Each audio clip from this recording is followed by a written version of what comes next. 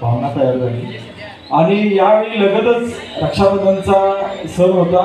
आमच्या मनामध्ये कल्पना आल्या आणि लोकांना आवाहन केलं। त्यावेळी प्रचंड मोठ्या प्रमाणावर करवीरकर भगिनींच्याकडून, वेगवेगळ्या संस्थांच्याकडून, शाळांच्याकडून राख्या आम्हाला प्राप्त झाल्या आणि त्या आम्ही त्यावेळी पोस्टाच्या माध्यमातून कर्नल थोरात होते त्यांच्या माध्यमातून आम्ही पाठवून दिल्या।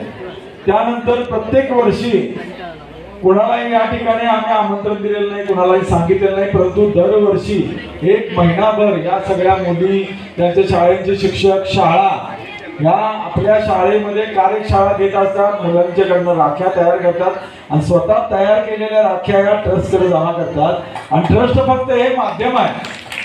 म्हणजे या सगळ्या मुलींनी आता आपण परफॉर्मन्स बघितले असतील देशभक्तीपर की हे जे केलेलं आहे ट्रस्ट फक्त माध्यम आहे। आमच्या गावामध्ये प्रतिवर्षी आम्ही मराठा बटालियन टीएच्या माध्यमातून या सीमेवर पाठवतो। मराठा बटालियन टीए यांच्यापर्यंत नेण्यासाठी आम्हाला विजय पाटील सर, कर्नल विजय गायकवाड यांचं मोलाचं योगदान आहे आणि त्यांच्या माध्यमातून दरवर्षी या थेट सीमेवर पोहोचतात। वेळोवेळी आपल्याला सांगितलेलं आहे की जवानांचं नैतिक बळ वाढवण्याचं या करवीरकरांच्या, या भगिनींच्या राख्या या अतिशय मोलाच्या ठरतात। मी या ठिकाणी आपल्याला एकच सांगू इच्छितो की वेळोवेळी आपण देखील मागे महापालिकेच्या आयुक्त आलेल्या होत्या, त्यावेळी मागणी केली होती की छत्रपती ताराराणी यांच्या नावानं मिलिटरी स्कूल कोल्हापूरमध्ये चालू व्हावं।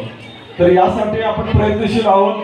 त्याचबरोबरीनं सगळ्यात महत्त्वाचं म्हणजे आता ऑपरेशन सिंदूर आपण पाहिलं असेल, आज ही तर नवीन पिढी आहे आणि ऑपरेशन सिंदूरचं युद्ध हे नवीन टेक्नॉलॉजीचं युद्ध आणि त्यामध्ये विशेषतः जे महिला प्रवक्ता किंवा महिलांचा जो सहभाग होता, आज या ठिकाणी विशेष मुली किंवा महिला वर्ग जास्त आहे।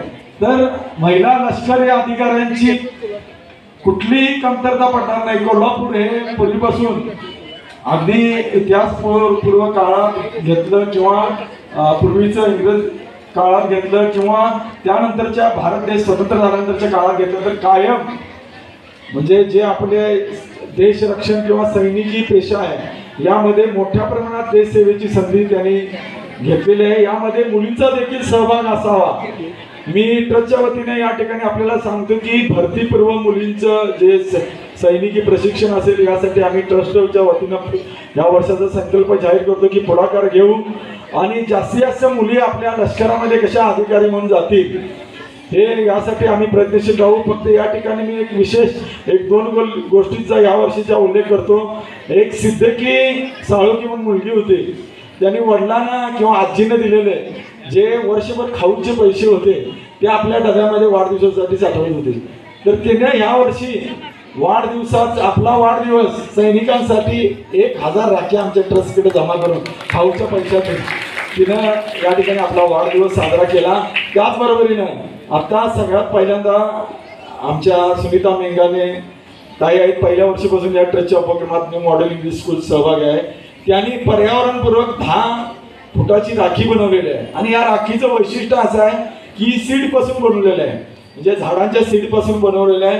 ही राखी आपल्याला प्रदान करण्यात येईल। जरी ते सीमेवर पोचले तर कोल्हापूरचे सगळे जे झाडं आहेत वेगवेगळे त्यांनी झाडाच्या सीड वापरलेले आहेत, ती झाडं पूर्णपणे थेट सीमेवर आपल्या पोचणार आहेत, त्या ठिकाणी येणार आहेत।